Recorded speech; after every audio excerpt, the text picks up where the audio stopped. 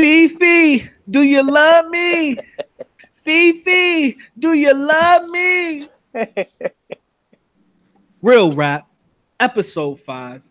Tonight we got a classic. We ain't even start yapping yet. And we got a classic already. Baby. I'm joined by the queen of the panel, part-time basketball analyst, expert, Drea from the Bay. Drea, how you doing? I'm doing fine, but I just want to let you know this is episode 6. Episode 6. I done fucked up already. But it's all right. We can edit that out. I'm also joined by Mr. John Hardy. How you doing, sir? I'm doing good, brother. How about yourself? I'm chilling. John Hardy, as you all know, we already did an interview. John Hardy is an astro enlightenment coach / author. He's a great guy, and I really hope you guys cop his book when it comes out. John, tell him the name of your book. If you're still working on it, then keep that on the low. The book is Salt and Water for the Soul, and it's actually being processed to be edited and proofreading. Big facts, and I appreciate you joining me, sir. Fifi, do you love me? The last special guest on my panel, the first time I'm actually really speaking to him face to face. He deserved, you already know who he is. You already know who he is. Super Sly. Don't do me like that, bro. He's known, he's well respected all throughout the YouTube community, and I'm truly honored and blessed that he would join my raggedy ass 100 subscriber channel. Show some love to Super Sly 75, man. No, I'm happy to be here. I'm honored, man. Thank you. No, I'm it's a privilege to when people request, so you gotta honor the request. So I'm happy. Thank you. I'm honored. Anytime, man. Now, first topic, you guys already know the name of the live stream show is called Real Rap. First topic we want to get into, just to lighten everything up before we get into that heavy shit. It's gonna be, I want to know what John Hardy and Super Sly 75. I want to know who their favorite artist of all time is, and I also want to know what their favorite verse is from that artist. John Hardy, you want to take that first? Yeah, I'm not going to get all into the verses, but I'm definitely from Brooklyn. You know what I mean, born and raised. So my top 5 is always the Dead or Alive. I gotta say Biggie, number 1. I gotta say Tupac, number 2. I gotta say Nas, number 3. Jay-Z, number 4. Wow. And my last is a shot being thrown. Listen, Jadakiss. Yes, top 5 DOA. Now, when you get technical with that, you really want to get technical. That's personal view, you know what I mean? That's my personal view. That's even as a just growing up New York and everything. But you got a lot of artists out there. You got Big Pun that can go on that list because he was out before him. You know what I mean? He was out before. So when you go with legendary and everything, but I'm gonna just stick to my guns. Biggie, Tupac, Jay-Z, Nas, Jadakiss. Now, what's your favorite verse off a Biggie song? Well, out of all the catalog Biggie, put out, do you have a favorite verse from him? In the doorway, been at 4-4. Okay, shit. You got any more bars for us? So that's it. Yeah. I'm cool with that. I'm gonna stop right there. I don't want to. You might try to Jadakiss me on here. I mean, Fat Joe me. Super Sly, I'm curious to know who your favorite rapper or who your favorite artist of all time is, sir. Now we're talking strictly rappers, right? We're talking about artists of all time. It don't matter what genre. Oh well, shit. Let me scratch some of these niggas off real quick. All right, writers. All right. Now we're just strictly talking artists of all genres. For me, number one is Jimi Hendrix. Wow. Wow. Yeah. Took it way back. Yeah. Salute. Number 2, Hip hop wise, I'm gonna go with Nas, just because like Rakim to me is like he's on the Mount Rushmore. Like some of these guys, and when we name our top 5, top 10, some of these guys don't even need to be mentioned in top 10. Like your Cubes, your Rakims, your G Raps, even KRS-One. Those guys to me are like Mount Rushmore. Like they just go without saying. Now your Biggie, Nas, Jay Z's, those guys you can mention. But for me, out of that class, I'm gonna go with Nas. And if I had to do like a two B, it would be Big L right behind him. So that's Nas is my number 2, just out of hip hop period. Facts. Um, Number 3, I'm gonna go with Michael Jackson. Oh shit, Drea. That's Drea. That's Drea. And then number 4, I'm gonna go James Brown. Now, normally I would have James Brown before Michael because to me James Brown was the blueprint. Like without James, there's no Michael. And then just musically, what James did, he would find his guys money if they were missing beats on, literally during the performance. He'd count off and he'd come off the show and be finding the guys like, you missed this, you missed this, you missed that. I mean, just genius, musically genius. Right. Number 5.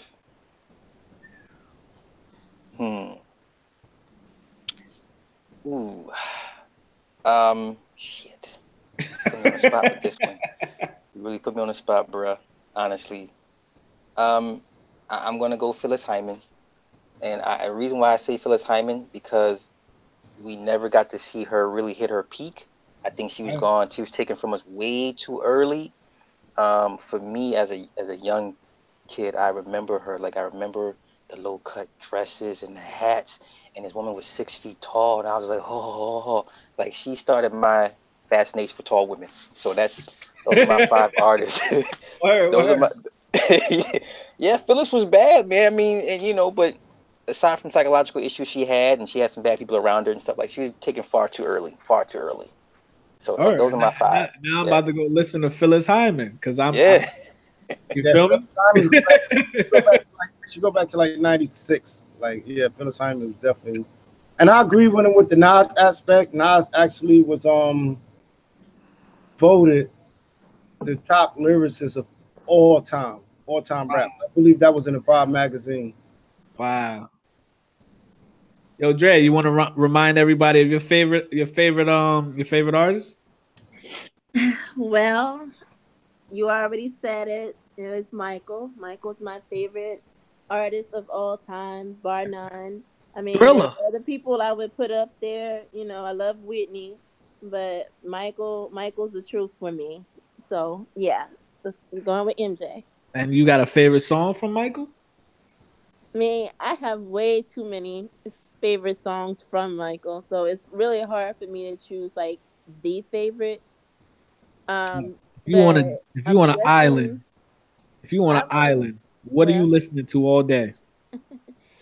If I had to actually choose a song, it's really hard, but I would go with "Man in the Mirror" as my favorite MJ song. Oh, and a close second would be "Dirty Diana." Okay. All right, shit. I see you. Shit, everybody know. I mean, I told everybody last week my favorite artist of all time, all around artist of all time is Biggie Smalls, and my favorite lyricist of all time is Nas. My favorite Biggie verse came off of the Juicy track, and yeah, man, that's pretty much me, man. You know what I'm saying? I appreciate all y'all for sharing. I'm about to go check out some Phyllis Hyman as soon as we over here. Get a bottle of wine to go with that. Always gotta have a bottle of wine to go. Red or white? Red. Nighttime. Steak. Put the steak with it. Put the steak with it. Super Sly know what I was talking about. Yeah. He know what I'm talking about. He was with his girl at that time, and she was in him. Yeah. Good days. Those are good days. All right, well, shit. Let's get into it. We got a couple of topics we want to discuss tonight. I wanted to bring in everything with something light, but I really want to give an audience I want them to leave with a lot of enlightenment tonight. So the first thing I'm gonna bring in, are you guys familiar with that I want to say it was a speech, or that situation where that female came out and she made that speech about how pedophilia is should be looked upon as a sexual orientation, and it should be accepted by society. Are you guys familiar with Yeah. My nephew just told me about that today. I got one question for that. that? Go ahead, John. Take it. What color is she? I'm pretty sure she was. I'm not. I don't know exactly what she was, but she was a white woman. She was white, right? You already know. Super slide. Come on, man. See, you know what? I'm gonna give you my theory on this. It's just a theory. Allegedly, you know what I mean? They promoting this because they getting caught doing it the most, just like they did cocaine versus crack back in the day. They were. How can you put this even on the agenda for a topic? Not you, but you know what I mean them, for a topic of discussion. And it's just like when crack came out. Crack came out because they said coke was a rich man high. So people was catching misdemeanors for the coke. Well, We was getting 75 years for the crack. So part of it goes a little deeper than that. You gotta understand, like, if you're gonna take white people at their greatest height of civilizations, it was the Greek and the Romans, and that's what they were into. And truth be told, that's the sad reality, or that's the ugly truth that nobody wants to talk about. That's where your pederasty comes from, which founded the Catholic Church. Um, your Greco-Roman wrestling, that's where that came from. You used to wrestle naked, before, and as the original Olympic sport. This is what they do, and the pedophilia shit, it goes so far up the top of the food chain. Like, this is a lot of their culture. Is they this is what they do, and to normalize it, you gotta introduce it slowly into the masses, to where it's a point. Now they call it minor attracted persons. That's the new term. That's the new psychological term. Is called minor attracted persons.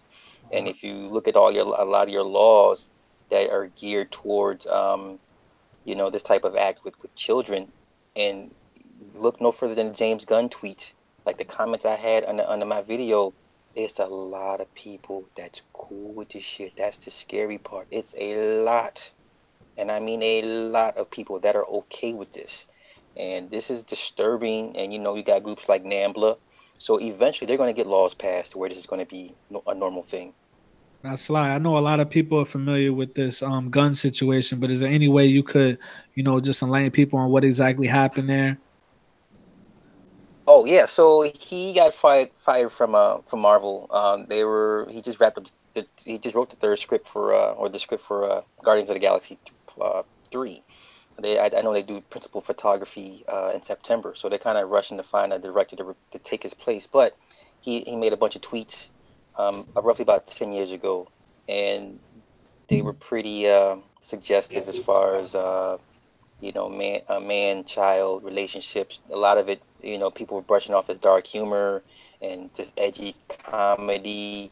But mind you, this man was 41 years old when he made these tweets 10 years ago. So, people are deflecting and making excuses. Well, it was 10 years ago. People changed. No, this is what Hollywood does. The Corey Haim and the Corey Feldmans told us years ago about how, Nickelodeon, Disney, you see all these Disney kids trying to kill themselves, taking drugs because they all get touched on.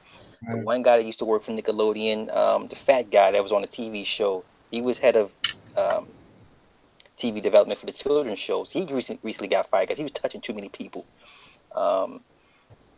This thing goes so far up the chain, and like I said, to eradicate this situation or this mindset, you would have to get rid of millions of people. That's how many people they're really down with this shit like that. So it's coming to light. We're in the age of information and everything, but I think we all should get prepared for this, being a sexual orientation in our lifetime. We'll see it. We'll see it in our lifetimes for sure. If you go deeper into these cartoons, like even outside sexual perversion, child molesting, there's a lot of hidden subliminals in these cartoons. Like if you look at the castle, they actually got a penis like in there. And then if you go deeper into a lot of the one with the Lion King. And when he was on on a mountain.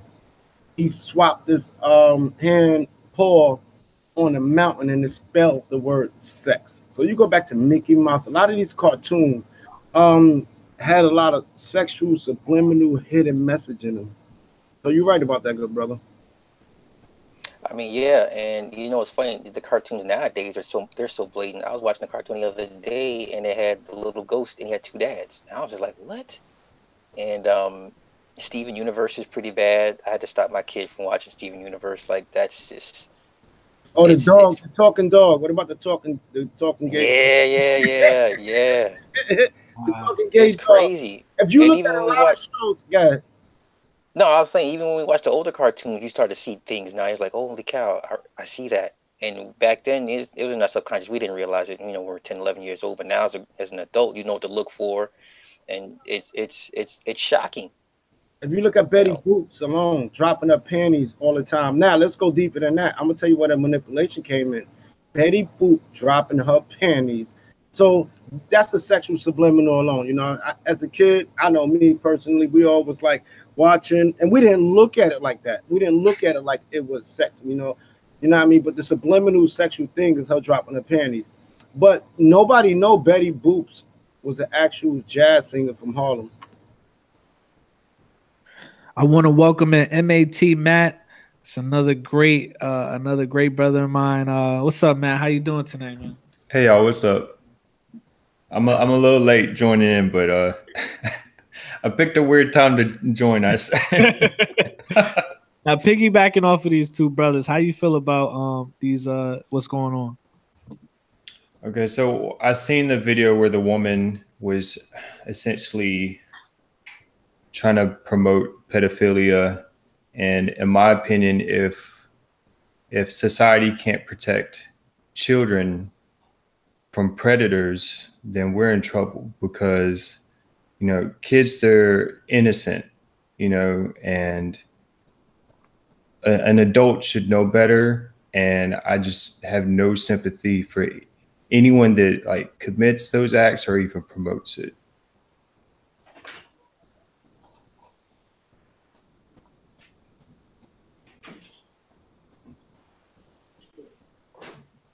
There's a report back in 1974. It was a guy named Ruth Bader Ginsburg. That report is deep, like where he was saying it was good for the children. And like I said before, just even entertaining the conversation, more or less making it a law, is disturbing to me. You know what I mean? Entertaining the conversation is just it shows that they need permission from the public, and there's an influence, like I said, just through the cartoon, the media, the rap industry, the music industry. There's an influence to promote certain agendas. Like there's a lot of agendas outside of pedophilia. There's like, well, one thing we're seeing right now is with the internet is it's giving everyone a platform and a megaphone. right. So even crazy people now have a megaphone, and so in my opinion, I think it's a very small population, hopefully, but because we live in a time where information spread throughout, and a lot of times people get popular for the wrong reasons. I think that's one of the negatives that we're seeing from the internet is even uh, like minority, really like far out there thinking groups are now like reaching a lot of people. And as someone who doesn't believe any of that, it makes you wonder and doubt. Like it makes you wonder like how many people actually believe this. I don't think it's that many, but because like it's being spread out there, it's a lot of unknowns. I agree with you. I don't think a lot of people believe it, but it's being, it's being promoted. It's being marketed. It's Right. like it's almost like a test trial. Let's see how many people going to do it, and if the majority of the people go for it, then we're going to try it out. But Well, I'll give you a good example. You have a lot of music on YouTube. YouTube's based on views, and the views, you could get views for the wrong reasons. So people might be sharing the song because they think it's horrible. But now this person has millions of views, and now they're getting attention, and now we're promoting bad music. Right. So it's essentially rewarding attention, whether it's good or bad. That's a fact. And you know, Sly, let me ask you a question, and I'm gonna go to Drea. But with this being the age of Aquarius, shouldn't the truth tellers be praised more? Shouldn't us in this small intimate circle right now, shouldn't we be being praised a little bit more? Yes and no. My thing is, when I ask people, I ask them, what are you doing this for? Are you doing this for money? Are you doing this for recognition? Do you want a pat on the back? Because let's be honest, this is a thankless job. And, when shit goes left, we're the first ones under the bus. Channels getting censored, especially the smaller channels. They don't touch the bigger ones because they're all in cahoots to a certain extent. Um, and then like me personally, I get phone calls, I get texts and emails saying, hey, you need to pull this video down. You can't talk about this. I mean, so and I can only speak for myself because I'm closer to it than most people. So I have to preface my what I say nowadays, because there's things I want to accomplish and I don't want anybody messing with that down the road. Um, you're gonna get backlash. Either the people are gonna hate you for telling the truth, or you do tell the truth. You're not gonna get the credit you deserve. You're gonna get overlooked. They're gonna call you crazy now, or you're gonna call you fake media, like they're trying to do now. So it's a slippery slope. Like if you want to engage in this, in this this thing that we're doing, be prepared for the worst. And a lot of times your own people are going to reject you, family, friends. This is why you can't just go running off at the mouth and spouting everything that you learn. Because I get it. When people come into knowledge, they get so excited, they want to tell everybody. It's like, don't do that because you're going to offend a lot of people. And a lot of people want to stay asleep. And I let them sleep. So what you can do is just, get up with like-minded people and then share information that way. But we're trying to wake people up out of their slumber because some people don't like that, you know. No, but what? I'm sorry, Matt. Go ahead. So you definitely can't please everybody. That's an uphill battle. You will never win. What you can do is take other people's opinion, especially negative, like with a grain of salt. And really, the most important thing is communication. If you can just have a conversation with people that don't agree with you, as long as we're like civil, that's the best way for ideas, the good ideas, to spread. But if we can't even have a conversation with people that don't think the same, then we're in trouble. I kind of agree with what Super Sly said. This is a YouTuber from the Bronx. He said, it was funny. He said the same thing. And he said he started receiving emails from people telling him to take certain things down. He never take nothing down. He was just like, I forgot his name, but he's just like, it's your boy such and such, and today I'm going. So that dude, y'all might know who I'm talking about. And when he go in hard. Spanish guy's background is nice and everything. He got like a drop background or whatever the case may be. But for me to watch him say, like, he got email texts, but he went with it. He was just like, sometimes if you want to get up there, now I'm gonna make a point with it. If you want to get to that top spot, yeah, you gotta respect, because technically speaking, it's legal laws of defamation and things like that come into if you're going up there to the top, and if you want to make it to the top, take this down because you could be sued, so forth and so on. Using people's names, you need permission to put photos up. You just can't, which is the law. But here's the news flash. Things, like he said, we're in the age of Aquarius, right? This is where things will be revealed. So now it's a question, like, we coming out of the time of Christ era and we're going into a spirituality era. That was the age of Christ, was the fishes, and now we're coming into the age of Aquarius, where things going to be revealed. If you notice, how many people got shot? Rappers being revealed for whatever, pastors being exposed, politicians and everything and stuff like that. The question is, like, how much are you willing to risk for somebody to tell you to take a video down? You know what I mean? Like other than the legal law, you know what I mean?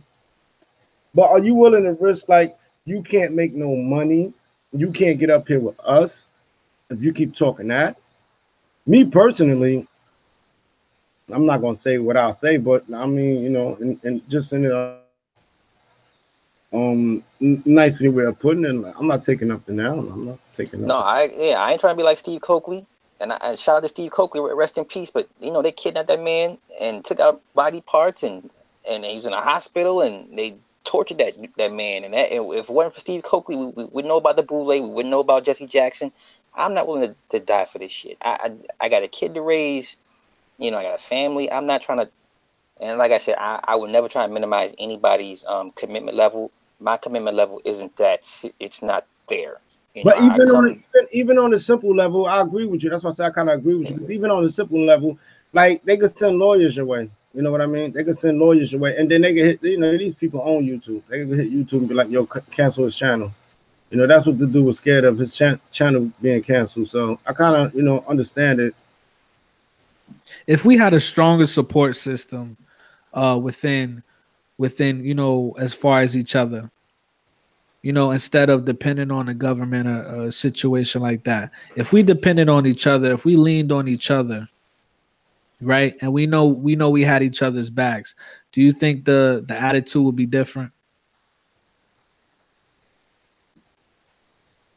Is it, you mean the attitude towards the people that's together or the people that's against the people that's, you know what I mean? Towards getting clapped when you speak up and when you're doing nothing but telling the truth. Well, if see, the problem with all of that is unity. If everybody's together, there's gonna be a clap back. But it's hard to get people together in that atmosphere. It's hard to have a bunch of hypothetical Christians to speak the truth versus people on the corner smoking a drink. You know what I mean? It's hard to get a bunch of black people together in positivity. It's just hard to get positivity together in general. You know what I mean? So it's kind of really hard. So if somebody start rapping positive, the airplay is not going to allow that. If I make a track about credit repair, owning your own home, and loving your wife, it's not going on the radio. You know what they're gonna say? They're gonna say, we need your pain. And I'm like, well, I ain't got no pain to give. I ain't got no pain to give. Like, I'm happy with my life, and I'm just trying to inspire this. Not look at XXXTentacion. Before he went out, what happened? He was talking all positive. So when you got people trying to bring the truth, positive, love, unity, if there's somebody that's trying to bring white and black together, you're going against the odds right there. Racism was created. Poverty was created.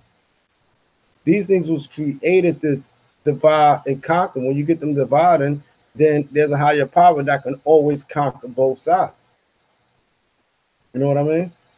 Dre, do you feel like this whole system is set up and designed the way that we're just not really meant to unify? On that note, I don't really know. Like, if are you talking specifically about the system you're using, like this YouTube thing, or as a whole?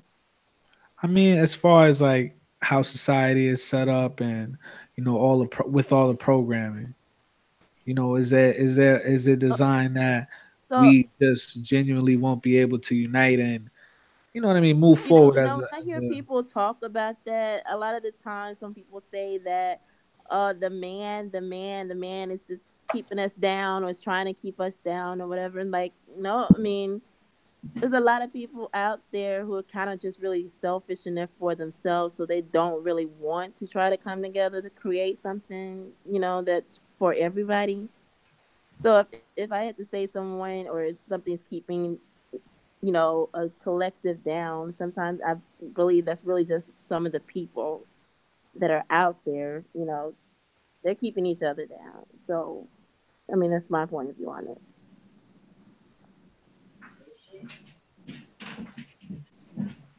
anybody want to piggyback off of that? So I would say whoever's the first to kind of stray away, they're going to be faced with resistance, some type of flack for not just following their group. So if you're saying things that's the opposite of what everyone else is saying, you're going to get resistance, especially the first group of people saying it. With that said, though, then it makes it easier for more people to come out and speak as well. Yeah, I agree. Like, we had the Bill Coopers and Ted Grundersons, and they're all dead. And, because of their sacrifice, we now know things and how whatever plans and operations they have in place. And, but that's not enough. If everyone can make money off this, it wouldn't even be a question. Like, if you could get fame and fortune off telling the truth, it's a done deal. But I don't think in this dimension, this society, this planet, the good guys are going to win. You'll never convince me of that. Just go through society and the history of man. Period. The bad guys have always won. I'm sorry. People like to say, well, look what Haiti, got their independence. Yeah, okay, and look what it cost them. France still wants their money out of Haiti, and everyone has, embargoed the hell out of Haiti. Haiti's one of the poorest countries on the planet, but they got their independence. So I guess it was worth it. Was that a win-win? Was it worth? Like, I don't like to sound like a pessimist, but if you're gonna ask me, are the good guys gonna win, and whoever's gonna come back and right the wrongs of the evildoers, this is not gonna happen. I don't see it. I don't see that happening. I just can't. Can I play devil's advocate? Yes. Okay, so I think the main difference is it's not that there's not enough positivity, it's that the negativity is louder. So I think there's actually more positive people in the world than negative. It's just we're putting our attention to the negative, and that's what we hear the most because they're louder. And people seem to thrive on dysfunction and drama. That's what sells. That's true. And So going back, oh, you got it. My fault. You got it. No, I'm just saying they purposely lowered the vibration so that everyone functions at a base level. And yeah, I agree. But unfortunately, the negative people own the platform such as this, and they determine what gets out, how far it goes to a certain extent. I'm not saying they can clamp down on everything, but they can choke or minimize the impact to a certain extent, or the reach if need be. But I agree with everybody. But going back to what you said, Sly, you said this is a thankless job. My question to you is, and then everybody, I would love your, opinion and your perception afterwards is, if this is a thankless job, why do you guys do this? Why do you tell the truth? Why bother?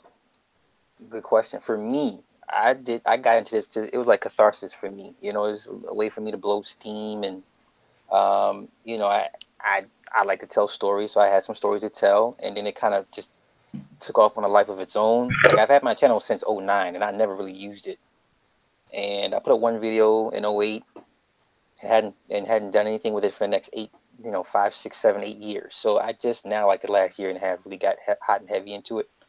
But for me, it's just my way of leaving my little mark on my little impact in the world. One day my daughter can watch my videos and be like, yeah, my dad was really on that stuff, and whatever the case may be, and people can see my little carbon footprint, or my little video footprint. And as part of the legacy for me that I want to leave, the topic, the subject matters, things of that nature. I'm not in this for money, because it's YouTube. Like, who are we kidding? I'm not in this for pats on the back. I don't have an ego for this. Now, a lot of people normally come into this humble and meek and all that, but for some odd reason, when that channel gets bigger than what it is, heads get really, really big, and it's hard, and phone numbers change, and it's like, I never lose sight of who I am as a person. That's me speaking for me. I can't speak for anybody else. And that's honorable. Just going back to it, I got 100 subscribers on my channel. This guy is known well across the YouTube community, man. And this is a prime example of this dude is just living his truth, man. And I appreciate it. John, Mr. John Hardy, why do you wake up in the morning and tell the truth? I'm Uranus. You know what it is? I'm gonna be honest. Now we're getting back to the age of Aquarius, and I think I can speak for everybody when I say this. It's not a coincidence that we all on this panel together. You know what I mean? In this time, we're looking at a time where things being revealed. Okay, I believe everybody, especially from the way everybody's speaking, is technically in our DNA. We always been like this, but a lot of people didn't have a time to come out because either A, the platform, or B, the knowledge. So some of us was reserved to bring it out, or whatever the case may be. But like this time now, and going back to where the good brother said he wanted to play devil advocate, like versus his things. When he was talking about they got a chokehold on us or whatever the case may be. Now, to me, that's about to be done with. Like when they say, why can't everybody be good on this earth? We in a time of, and when I mean revelation, I mean biblically speaking, although I can refer to that. But we in a time of things being revealed now. You know what I mean? So we in the truth age time right now. We went 2,000 years. Now we're in a whole new, we just in the beginning.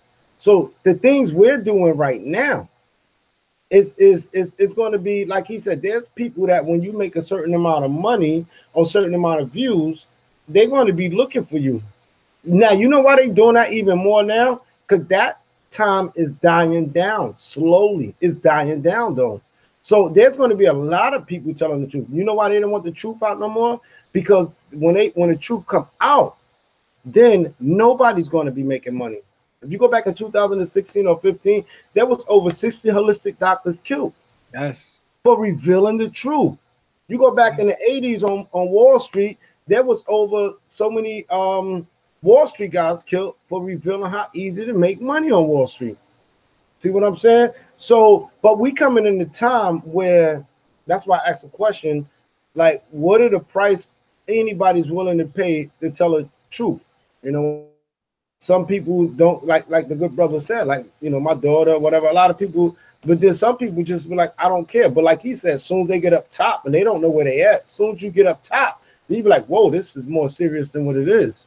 Nice. So, but I believe in this time and era, without anybody help, the truth going to be revealed. The stars don't need nobody help for this. It's going to be revealed. There's nothing nobody can do about it. And like they both said, it's hard to capitalize off of it. So if you're doing it for money, yeah. If you're doing it out your heart and then play by the rules, you know, like I'm not trying to get sued or nothing, right. But I'm not worrying about nobody popping my head off. No, I'm gripped up for that.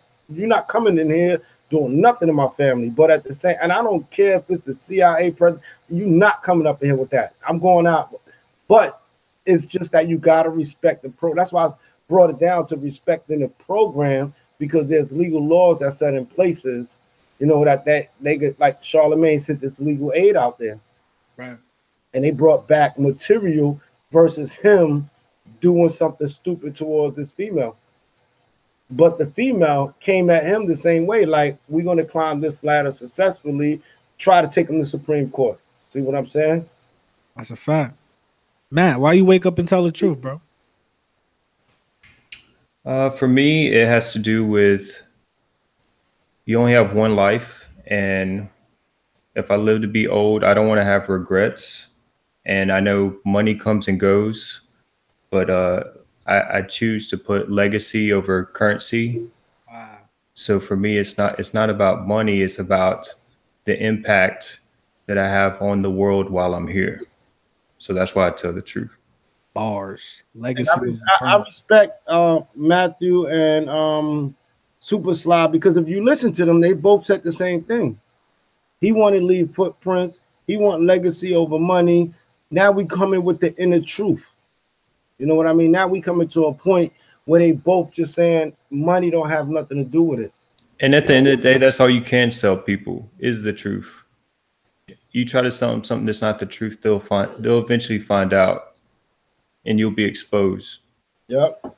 Even if you make money off of it, you can make money, you'll be exposed later on. You try to get more clients, they're gonna expose you. Facts.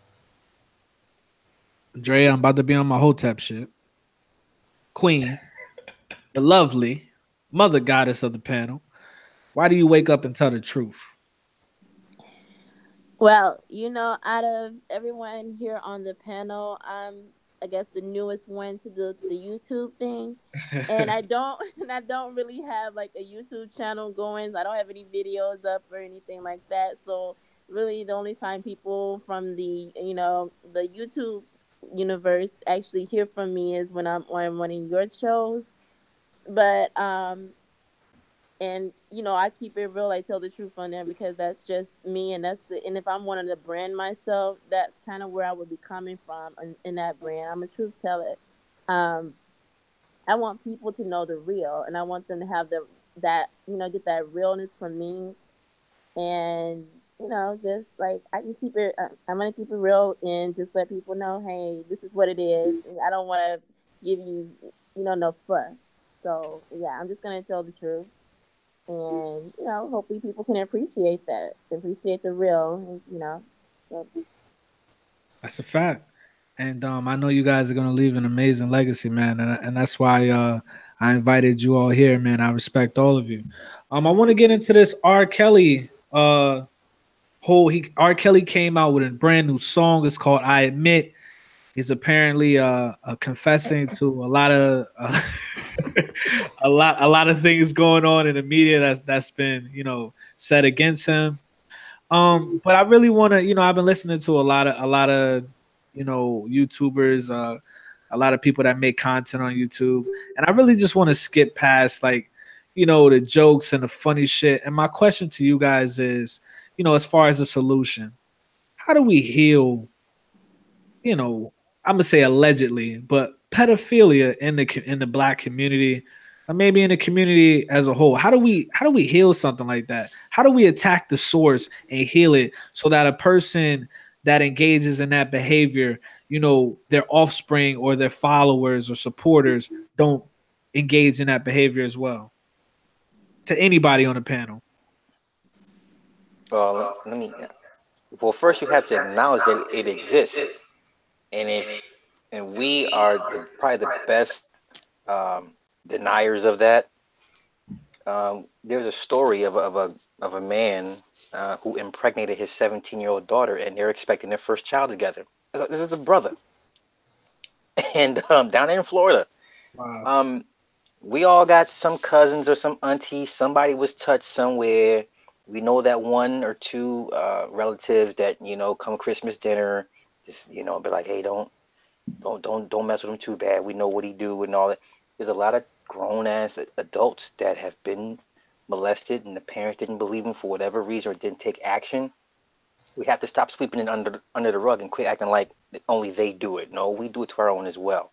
And then once you do it, um, I don't know what the rehabilitation process would be, because that's a behavior you cannot undo. Once you've been touched like that and your shit's been rearranged on a not even a spiritual level, but just your chakras being aligned like that, when that's your first experience, you can't undo that.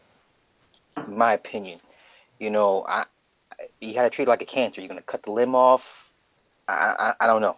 I don't know how do I don't know how do you rectify the damage being done. Like perfect example is well, like I said, R. Kelly in the song, he got molested and then he went and did the same thing. So okay, it's not your fault, but now it is kind of your fault because you knew what happened to you, Right. and you knew it was wrong, and you still engaged, and you passed along to somebody else. The whole Africa Bambaataa situation. How long has he been doing what he's been doing, and yet and still no one has want to acknowledge. It's a lot. It's, and like I said, it's a culture for some people. What are you gonna do? You're gonna wipe them all out? Because that's the end result you have to do. You have to take out bloodlines of people, and I mean entire generations of people to eradicate that mindset, that behavior. So Sly, you don't feel like personally there's a way that we can, individually heal that person, themselves to where that, we can heal the, the outcome of that, the effects of it, the ripple effects of it. I would say if you catch it early, if you catch the victim early and have them process, talk about it, therapy sessions, you may curb it down the road. But Right. if you don't catch it early, then what? Right. Right. If I may bring something in here, um, I agree with him. And I just want to piggyback off that and say, he says catch it early.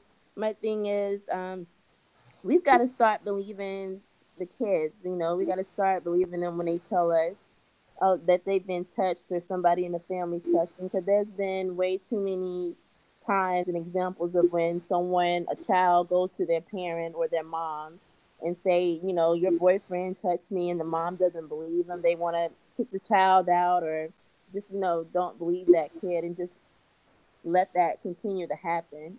And then that kid's gonna end up with a whole host of issues and things. And like you said, some of those kids they grow up to be abusers because this was normalized to them. So, like you said, catch it early, stop it when it happens, or at least believe the kid, or at least take the time to kind of investigate what that child said. And don't, like you said, don't try to sweep it under the rug, do something about it, So, yeah, that's what I just want to add my 2 cents with that. How you feel about that message, John Hardy? Preventative care is better than curing a disease. So, I'm not blaming no parents, but what you teach your child and how you protect your child should be your ultimate goal in life. You know what I mean? I believe at least 60%, and I'm being nice, of these situations could have been prevented. Let's take R. Kelly for instance. R. Kelly was with the name he married, that 15-year-old girl Dame Dash was with. The mother, yeah, the mother approved it. You know what I mean? So we getting back to that now. So when you look at a lot of these situations, even a girl that, most of the recent girls, some of the mothers knew it. They're like, oh, you with R. Kelly or whatever. So you got the mindset of a mother selling, and then the father's missing in a lot of these situations. But you got the mindset of a mother selling her dream to her daughter. And I don't mean monetary wise. I just mean like, I wish I was in that shoe. So yeah, go for it. You got mothers today being friends with their daughters. They're going to clubs with their daughters. These are gateways. These are portals. Like, these are lower dimension and mentalities that open the door for the structure that's already set up. I'm not blaming nobody for the structure, but the structure is there. When you got somebody in the political figure trying to put a law for pedophilia, that should have been an eye opener, and that was back in 1974. But now we coming back to that again. You know what I mean? So we just gotta. The smartest thing is protect your own.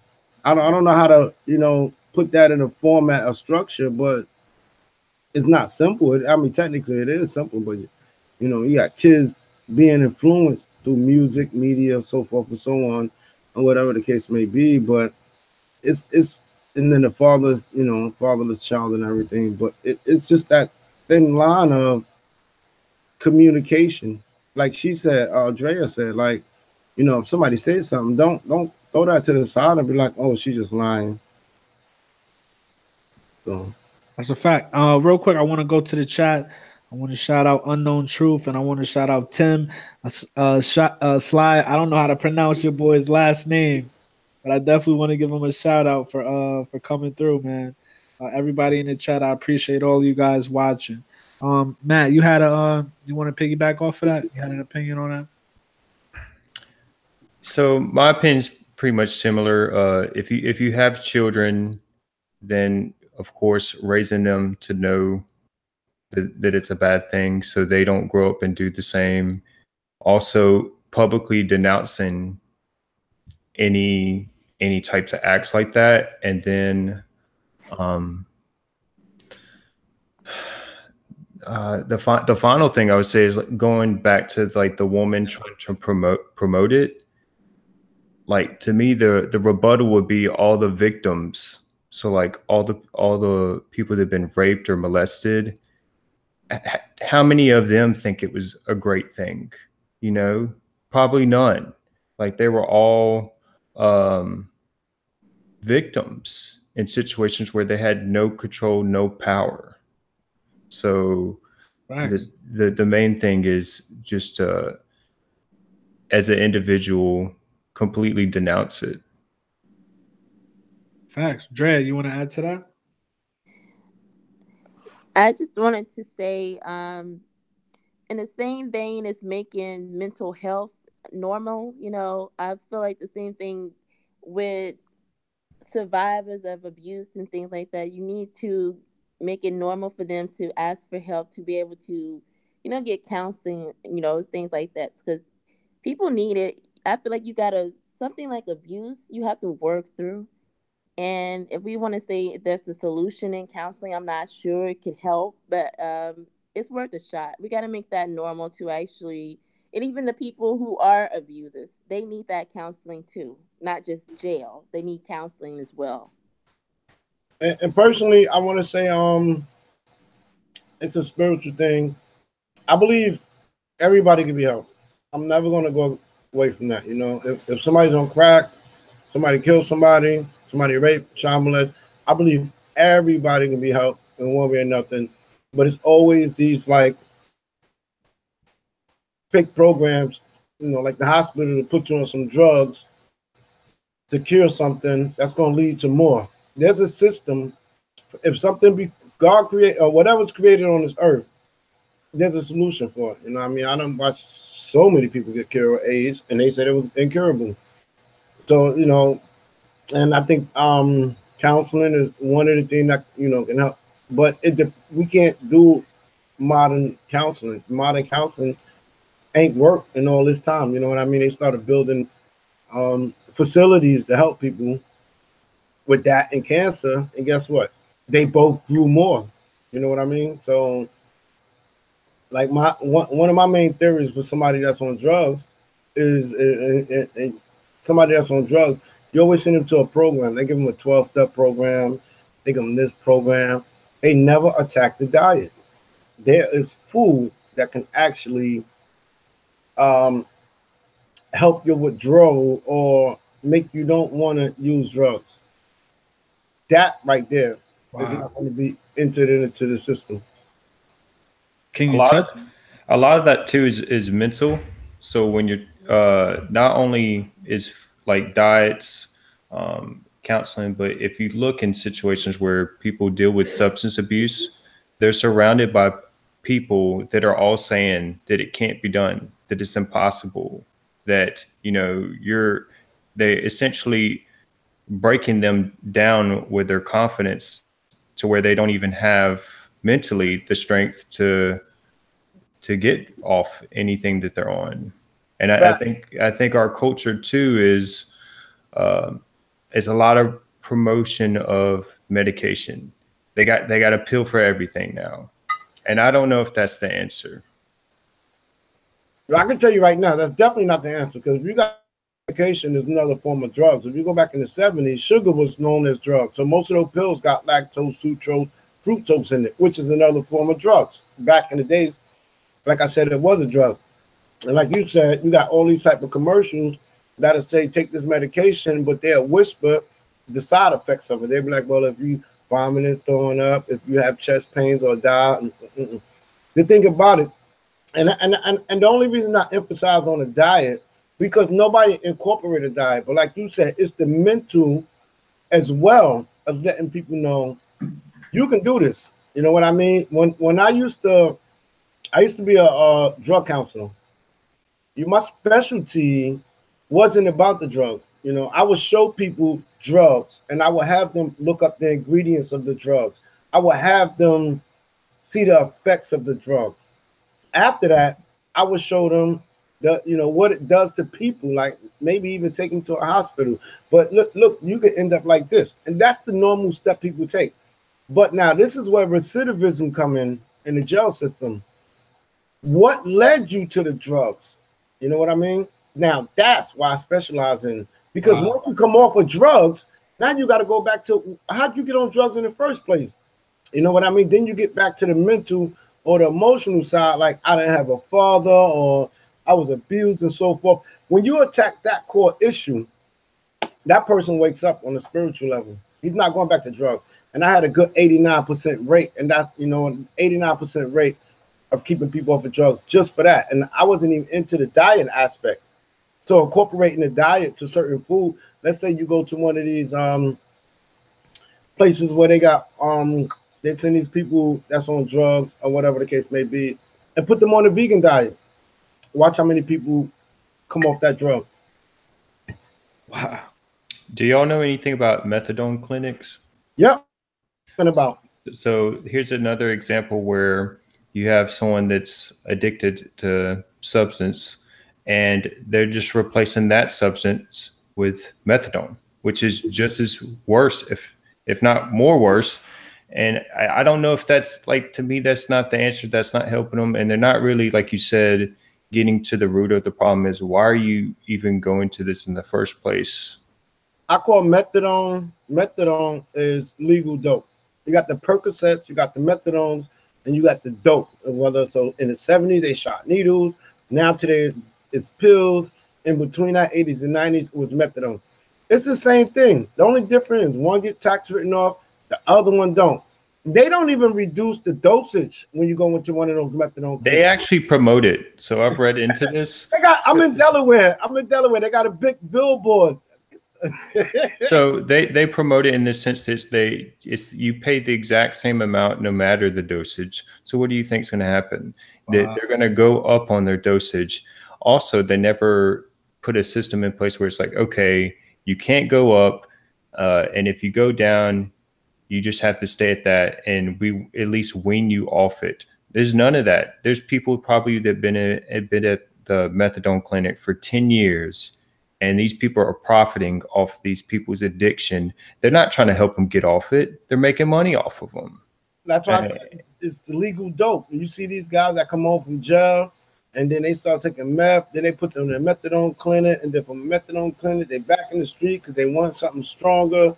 And then they go back in jail. And then from jail, they got these big billboards with Christiana, methadone. It's never being, and I had a friend that worked there. They will not say, okay, you get 8 ounce now, then you're gonna get 4 ounce, then you're gonna get 2 ounce. No, you get 8 ounce as long as you're there. So, and this is paid by insurance, mind you. This is a freaking insurance tax write-off. This is legal drugs, period. Just like marijuana now. It's the same difference.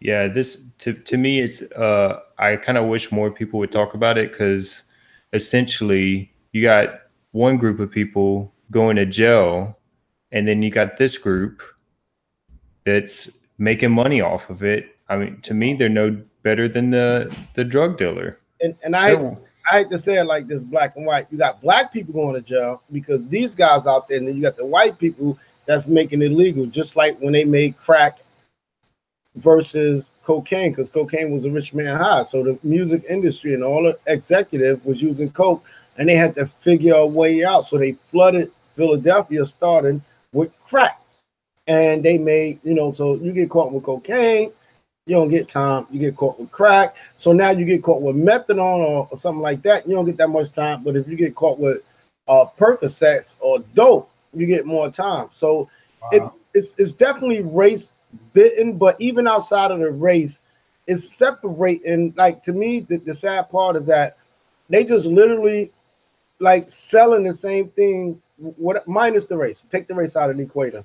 They are selling the same thing they're arresting people for. You know what I mean? You get caught in New York with a beer in public, you're going to jail, but they own all the liquor store. You get caught shooting dice, but they own all the casinos. You get caught selling drugs or dope, but they got the methadone. You get caught selling weed today. This shit is crazy. But they got all these places where they sell weed. Yeah, there's definitely huge inconsistencies with the law. I'll give another example. Like you just said all those. Like, okay, abortions. If the mother went to go kill her own baby, she goes to jail. But if the doctor did it and he got paid to do it, it's fine. So for me, it's like, can we at least be consistent with the laws? Why are we picking and choosing, and they're contradicting each other? Well, let me do a quick segue if I can, guys. As far as we were talking about the drugs, My question to you, Super Sly, is, and then we're gonna go to Drea. My question to you is, I'm pretty sure we're all familiar with the popular YouTuber, Boot Gang. I've personally never really, looked him up or searched him up on YouTube myself, but he's a popular YouTuber by doing a lot of pranks, a lot of jackass type, fuck shit. And my question to you is, there was an interview where he recently was on, I'm not sure if it was recently, but he was with this YouTuber or content creator called No Jumper, aka Adam 22, and he was just really like, loaded. He was loaded out of his mind. And my question to you is, um you know when is it, I mean, is that a sad situation, or when is it, when is it a time when it's like, okay, you hold men accountable for being men, or is it really a situation that, do we not blame these children for what they're going through or the situation they're in, because, you know I guess we could say they don't know any better because they haven't been guided. Um, yes and no. I'm always for the youth. I don't like when these old heads come for these new artists and they don't like the direction these new artists are taking it in, the music wise, the culture. And I say my response would be, well, some of y'all dropped the ball because you didn't guide these kids. You're too worried about your own success. But as far as Boom Gang, I don't care about the dude. Be honest with you. Let's hurry up and get him up out of here. I know it sounds harsh. I know he's still a kid, but the behavior is so extreme, and you just add to the narrative. So you just add to the stereotype. Young black men already have it bad enough stereotypically, and you're just adding to it. And you're not doing anybody any favors with this act that you're doing. So you need to go and get up out of here. That's how I feel. And I don't want to interrupt you, but I think it's safe to say that men have to grow up way fast, especially black men. I don't want to make it racial, but I feel like men, and especially black men, have to grow up mentally and physically, quicker than a lot of other people. And my question is, when do they stop becoming kids in your eyes? You know what? They really never had a chance to be kids. That's part of the problem because from birth, basically, they got a target on their back. Look what happened to Tamir Rice. I mean, he's 12 years old. We don't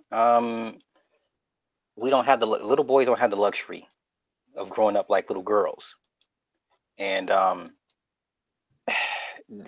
men in his family dropped the ball with him seriously.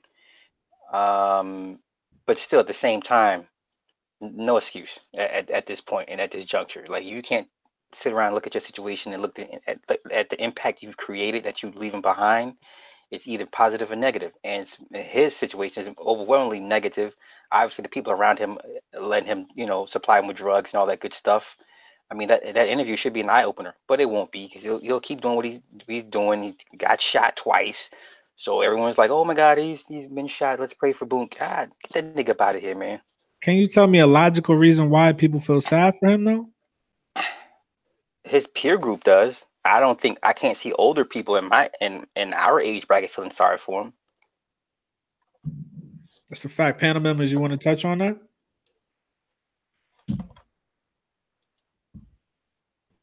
I don't know too much about the story to speak on it, but I will say if it's something that's negative, like even us talking about him would just promote him. So yeah, I'm kind of I have the similar pessimistic view. Like let's not promote someone that, especially if we know they're not doing right. A lot of that is like who is he around? Because he's Right. obviously around people that are promoting it. So yeah, a lot of that's who he's choosing to be around. John, you got any thoughts on that? Or actually, Drea, you got any thoughts on that? Well, I know nothing about this person, this rapper, whoever. I know don't even really know about the story or what actually happened. All I can say is a lot of people do stuff like that for social media, likes, views, whatever. And I feel like when you do and you put negative stuff out there, you get that back. So whatever this guy did, I'm actually on Google right now trying to look this stuff up about it. So um I can say when you do like when you put that energy out there, you get that same energy back. So it's something, I don't know, like what happened with Triple X or something like that were to happen to this person. You know, there are gonna be people out there, oh, he was a good dude, he was this, but apparently from what I'm reading, he's like a an internet troll. He's trolling people. He does stuff for, I Right. guess, for attention. Exactly. Exactly. So if something were to happen to him, you know, there's gonna be a lot of people out there like, oh well, you know, Super Spy was saying, you know, like when they were talking about pray for Boom, like pray for him for what? He brought this on himself, you know. Right. So I mean that's really my opinion on it. Like I said, I don't know too much about this guy or his story, so I'm just gonna leave it with that. Right. You know, and in my opinion, I just tend to naturally look at the big picture. And as far as his kid, you know, I mean, I don't know how many followers the dude has, but and you know, in my opinion, as far as the big picture, he just a lot of little kids idolize him and follow him. And God forbid I had a child that idolized the fuck shit and the behavior he does. I'd just be like, wow, like you're influencing my child and you know his peers to do a lot of you know stuff that can harm him or harm others for no real reason. And I just at that point I'm just like, okay, if you're gonna do you know if you're gonna participate in some fuck shit or some dumb behavior, then let that be. You do that, do that, and you be you know you be your own victim of that. But once you start, you know, influencing the masses, then it's like, come on, man. There's not, in my opinion, it's just like there's no time for that. And I'm with Sly. I'm just like, yo, just you need to go somewhere with that. Whatever happens to you, that's you. That's on you. You know, and you know, no disrespect. I'm not even gonna say any names, but I was in a live stream the other day, like I think yesterday, and it was just I was the only person in the chat that was like, he's a junkie. He's a junkie, and whatever, you know, that's by choice. He's a junkie by choice. And this is his, you know, here come the air quotes profession. So let him do him. But you know, but once he starts affecting, you know, like I said, God forbid I had a child that, you know, I instill in him, you know, what he needs to do and how he needs to be in life, you know, whatever. But he's on the internet looking at this kid, and you know, like we all know, the most dangerous drug of this era is attention. So I'm just like, I can't subscribe to that, and I can't ride for that. I can't stand behind somebody that drags other people down with them. I just couldn't do it. That's just my opinion, though. I'm a firm believer in karma.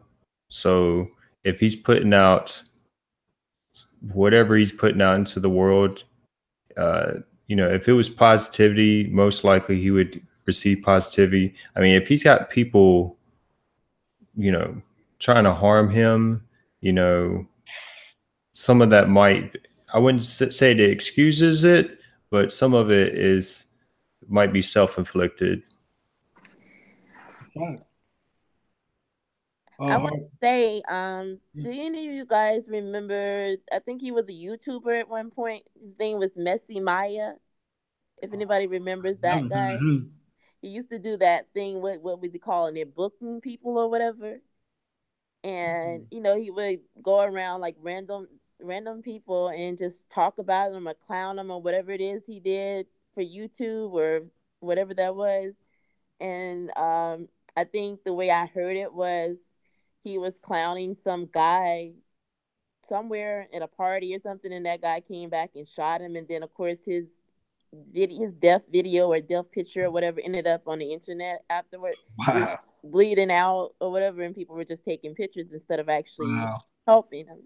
Wow. So, but you know, there were a lot of people who were saying, well, he brought that on himself because that's the energy he put out there, you know, so he got that back. And then of course people were saying the same thing about Triple X, and of course people were going to say the same thing about this Bonk gang person. You know, if you put that energy out there, that's what you're going to get back. Wow.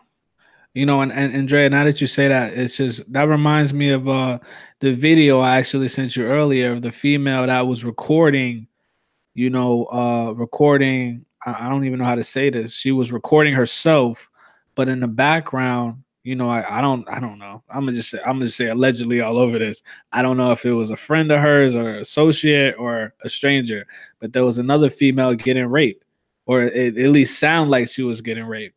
And it's just like, how do you guys? What is happening in this era where instead of people, delivering a helping hand, right? It's just they pull out their cell phones before anything else, and what do the young kids call it? They try to get clout. How do you guys feel about that? What is happening? I seen that video. The redhead, she had red or pinkish hair, and right. the woman was clearly in distress. Slide. That shit was disturbing, man. Oh, the sad part was the girl was either laughing or smirking. Like she was just like, I don't know if I just take this serious. Is it real? Clearly, the woman was distressed, and you can hear her yelling, scream, "Get off me! Stop!" Right. And the dude comes out, his pants or whatever the case may be. The even crazier part is, I guess the cops decided to not to pursue the case.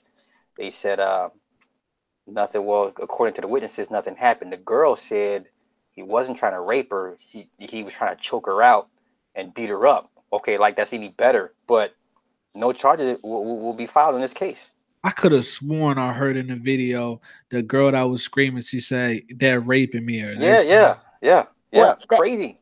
Well, what I was reading on, like I was trying to follow that story, and they were saying that she was maybe having like a manic episode, and even I think even the police department came out and said that this was some sort of family dispute, and they weren't going to do any further investigation. I think they released some kind of statement about that.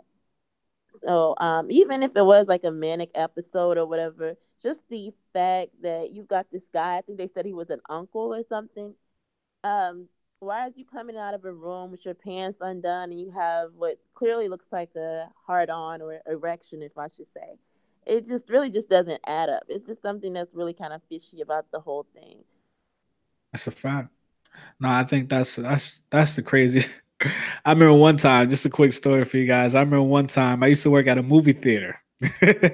And we had all our coworkers, we had a pool party at one of our coworkers' house. And so, long story short, we went to the pool party, and a bunch of people were in the pool, and a bunch of people were by the bar. We were just having a barbecue also. And my manager was there, and her boyfriend was there. And her boyfriend was just talking to her crazy. He was calling her all types out of her name in front of everyone. And, the girl it was a white couple. And the girl was just, she just put her head down and she was letting him talk to her however she wanted to. So just me being me naturally, I was like, and I'm not Captain Saver. But, I was like, bro, just take that shit somewhere else or cut it out. You know what I'm saying?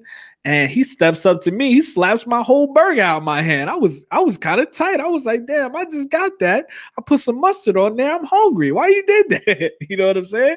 So long story short, I grabbed him up.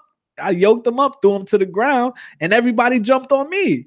And I'm just like, what? Why is everybody jumping on me? You know what I'm saying? And she knew what was up. She knew that I did the right thing, but I just couldn't believe, you know what I mean? Like, wow, everybody looked at me like I was the bad guy here. I don't know why I just told this story. Can somebody tell me what we were just talking about? But I just part of the issue is, for us, like if we see some shit going down, normally we're like, yo, it's none of your business, walk away. Right. I can understand if the girl, if that's her was her mindset.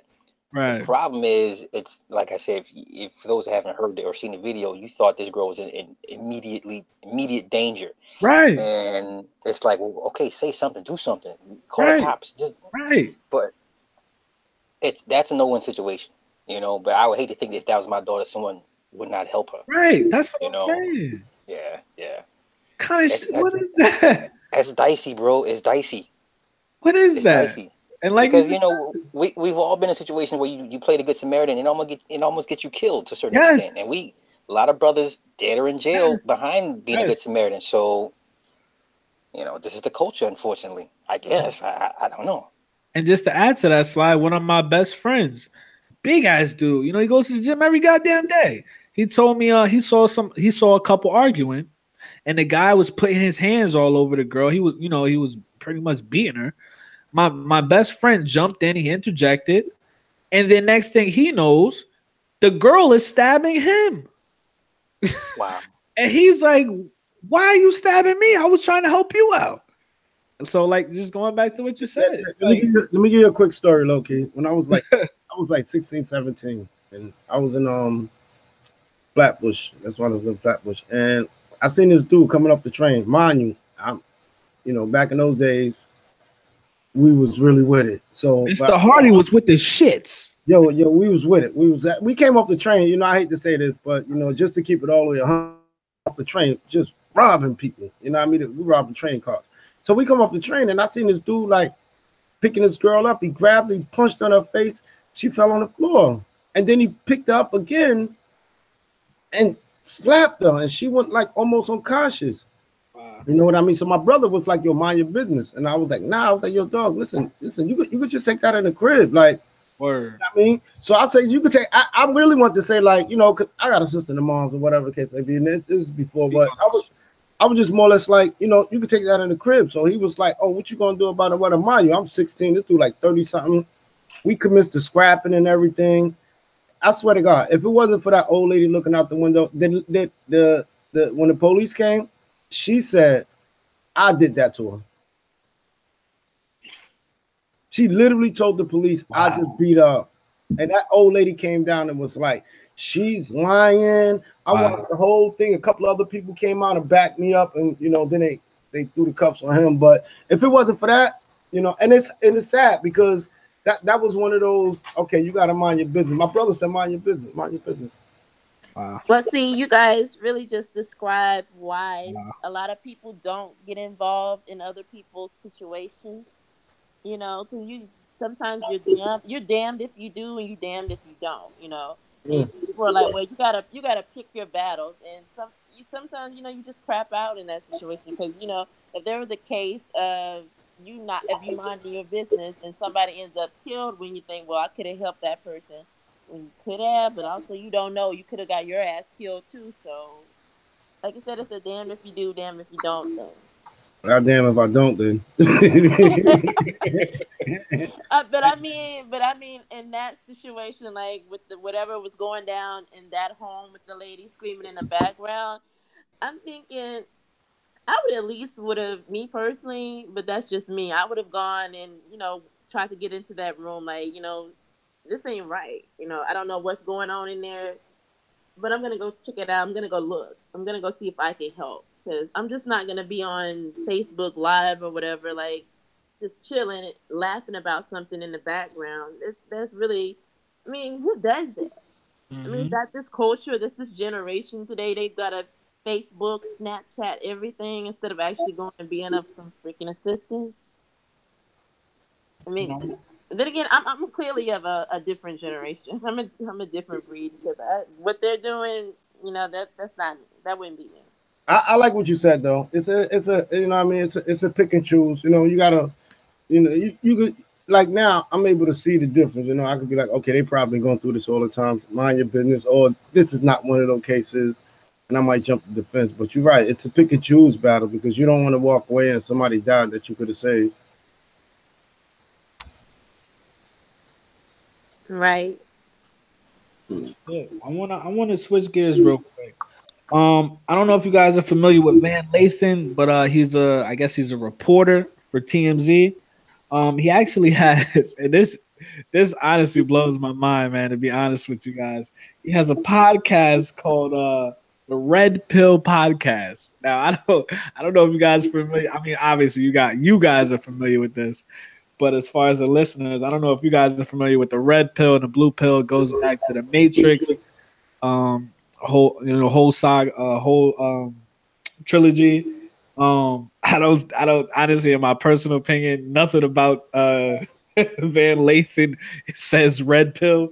But as far as the topic, I want to get into Joe Budden actually called him a pussy for not reporting on the See the God situation. How do you guys feel about that when Joe Budden himself which had he has a large, pretty large following on his podcast show. He himself did not speak on that situation, and both of them do business and also are friends with C to God. How do you guys feel about that? I don't trust Joe Button report. Like, he's a hypocrite. You know what I mean? Even when he was with DJ Academic, and he's the branded person of hypocrisy. And like you said, for him to say what I think he got a bigger platform to see the God too. So Yeah. He's a clown to me in a way, because he doesn't do what he expects people to do, and he will throw people under the bus. He's a Virgo. The Virgo will throw you under the bus for things they don't do. He shows those qualities. Like, he will really come hard and be a disrespectful, not just addressing it, but he will address certain situations like this, disrespectful, like calling them a bitch. Like, hold up, wait up. I mean, it's not that serious. Like, you can report it. You can report it yourself. So that's an L for Joe Button. I don't even, and they cool. That's the funny part. Nobody know they cool. Sly, how you feel about that? Yeah, they're all hypocrites. I mean, at that level of the game, they're all brotherhood. Basically, they're not going to throw each other under the bus. That's what they're not going to do. I can't take Van Lathan seriously. I mean, he works for TMZ. That's CIA stuff. So, and another thing I love what they do is whenever a movement gets pretty big, when the people start waking up, and they'll take the term like truther, how they'll usurp that, or now they're taking the term woke or stay woke. They play with that. So now the red pill thing. So they're on top of it. They know people are waking up, but every time a movement comes along that's benefiting the people, they'll take the terms, have the people put their spin on it, and almost make fun of it to a certain extent. So now it's like, come on, the Red Pill podcast, like that nigga's so not red pill. It's not even funny, but that's what they do, and that's how they stay in control, especially when it comes to the media. As soon as they see the movement coming, they got to get ahead of it and usurp it, turn it on its head, flip it back around, and give it right back to us, and we're not even none the wiser. And Sly, you agree that's a psychological operation? Yes. Wow. Yes. I agree. I agree with him. It's reverse Matrix. Man, how you feel about it? It's like he's trying to take the term and steal it, essentially. It's like, oh, I see this is getting kind of popular. Well, I'm gonna just jump on it, and hope no one notices or calls him out on it. Thanks. I'm sorry, Si. I didn't mean to cut you off. Go ahead, bro. Oh no, that was it. I mean, it's smart. I mean, that's how they maintain, part of the control aspect of the media and part of the psyche of the masses. You see the wave coming, you get in front of it, and you flip it on its ear, and there it is. There. It's a fact. Dre, how you feel about that, Queen?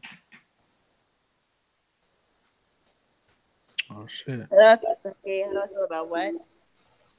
Well, how you feel about that this whole reverse Matrix tactic? How you feel about them, stealing? It's kind of like pseudo truth. They're trying to, steal a narrative. First thing, you might kill me for saying this, but I have never watched The Matrix. So this red pill. Never watched The Matrix. Oh, I can explain it real quick. So in the Matrix, what? Morpheus. Hold on. Let me drop you off at a red box. I told y'all. I said, don't kill me for this. Y'all will be laughing at me. Drop you off at a red box. Okay, so in the movie, in the movie, Keanu Reeves gets offered a red pill or the blue pill. The blue pill, he stays in the Matrix, which is like fantasy land. If he takes the red pill, he learns the truth. And so what it is Republicans are known as red, Democrats are blue. So they're playing off this red pill. If you take the red pill, you'll learn the truth. That's where it comes from. Okay. So I'm assuming we're all on the side of truth here. Like, don't everybody want to know the truth? It's like, if I'm taking it back to the whole Adam and Eve thing when they had to learn the truth by when they get the apple. But I mean, don't everybody want to be enlightened and know the truth? Big facts, super facts. Absolutely. Yeah, y'all can chime. You can chime in anytime on that, Matt. What do you want me to say? What is it?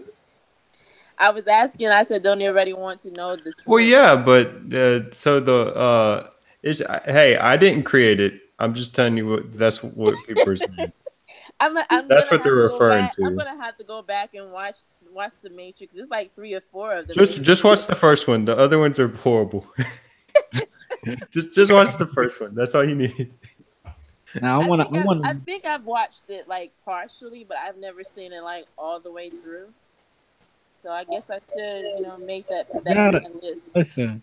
There's probably a red box at the grocery store right by your house, Drea. You slipping. You lacking right now. Go to Stop and Shop or Shop I Right, don't whatever I it don't is. really like watch a whole lot of movies and stuff. So I guess The Matrix is one of those movies that just kind of slipped by me. You gotta watch the Matrix. But I want to hop into 2 more topics. I'm gonna stop holding y'all hostage for the night.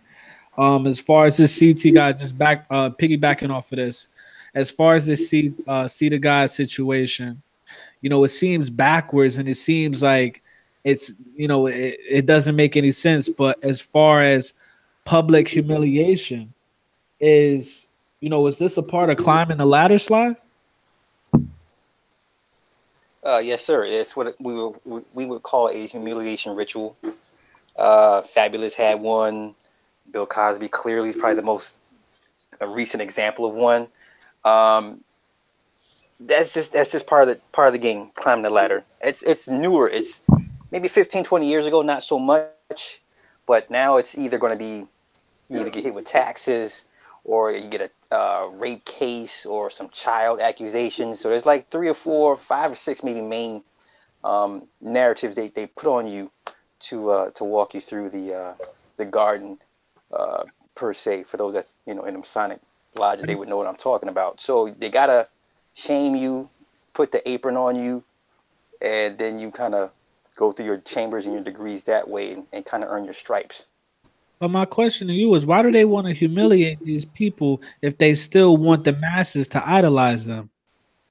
Because at the end of the day, the people are still gonna worship them regardless. It's just that's just part of their. This is basically going through the chambers. It's really not so much for the masses. It's for them to show, to prove their loyalty, to prove their worthiness. If you can go through these certain adept chambers and kind of make your bones and earn your stripes that way. It just so happens that it works on us because now we're all emotionally invested into it, and then they play off our emotions. Case maybe because let's be honest, no one was checking for this case until Charlemagne brought it up himself. That's a fact. No one even knew about this. And so now they're like, okay, let's get ahead of it. Let's go ahead and put him through his paces sooner than later. Um, so yeah, that's the new wave right now. Either you're gonna get hit with some rape accusations, some messing with kids, how they did Michael. They put Michael through his rituals twice, and or you get hit with that tax lien like Ron Isley and DMX, and so they got different narratives to Michael put you through. them kids. He made Thriller. Well, see, that's the thing with Mike. That's the whole crazy thing. The whole crazy, those two kids, the parents that accused him. Remember, he signed them to his label. Remember that rap group, the rap group called Quo. It was those two kids. Wow. It was those kids, the little white boy and the little mixed kid. And what parent in their right mind is going to sign you to the record label of the guy you're accusing that molested them? It makes no sense. And I'm not sure if I heard it in your live chat, but I heard it from somewhere. They said the kids never came out as adults, Never. said anything. The one white boy, he's a what is he? He's a dancer now, and he adamantly says Michael never did anything to him. Like he Wow. said, that was all his dad. That was all his dad. Yeah, Wow. yeah. And to piggyback off of what he said, I believe it's always like this. It's probably like a older than 600 ritual. If you go back to James Brown and A lot of people back then, but like the brother said, it's more in depth now. It's more deeper. It's more serious. You know what I mean? Because a lot of times you see these people go through stuff and they don't really pay for it. So like I can even look at Tekashi 6ix9ine going through, you know, something like that, because like out of all of this, like who's going to kidnap you, do all this and don't kill you? So it's a public shame, and it's actually made to keep dirt on you in the end.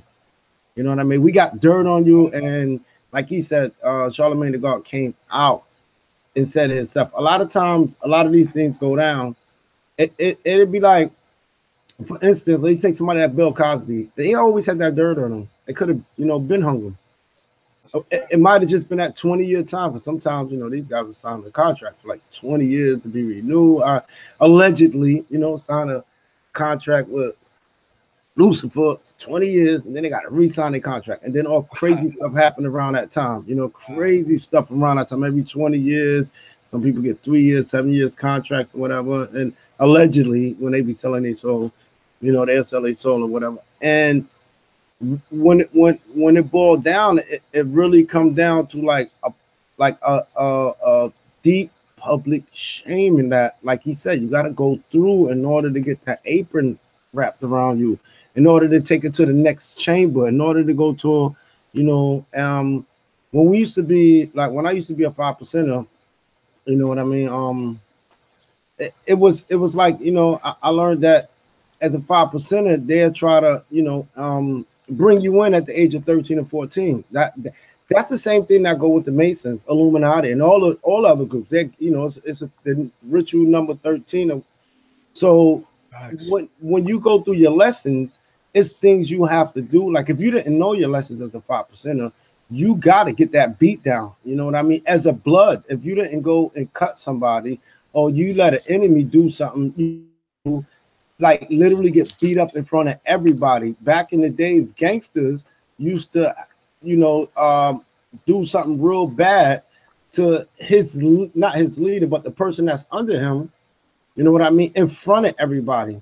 So it's equivalent to, okay, you got to go through this public shame in order for you to get up to, you know, to the next level.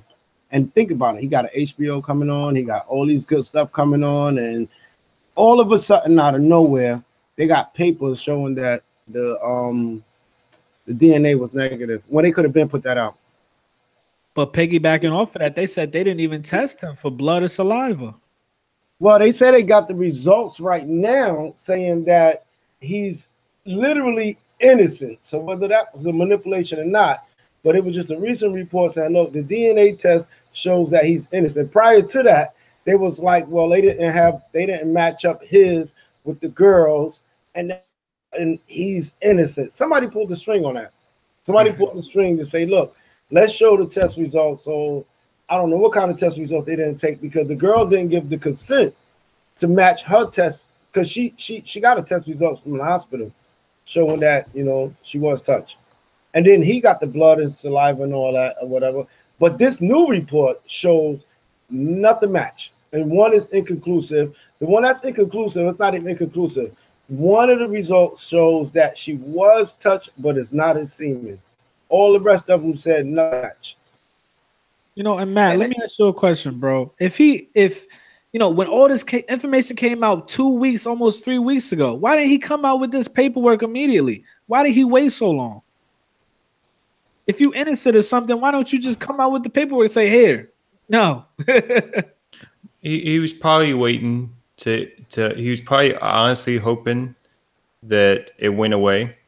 And when it didn't, then that's when he faced it, to be real. Like he probably was like, let me not even acknowledge that these people are talking about this. Let me not fuel the fire. Let me pretend this isn't a thing and hope it goes away. And when that didn't happen, then he's like, oh, now I actually gotta respond, because people are still talking about it. I kind of disagree with that. You know why? He was just saying the dumbest things after this went down. And I kept saying, why you just don't shut up and let this thing die? You know what I mean? A lot of things was coming up from the past, but he was making recent statements, you know, just to throw himself under the bus.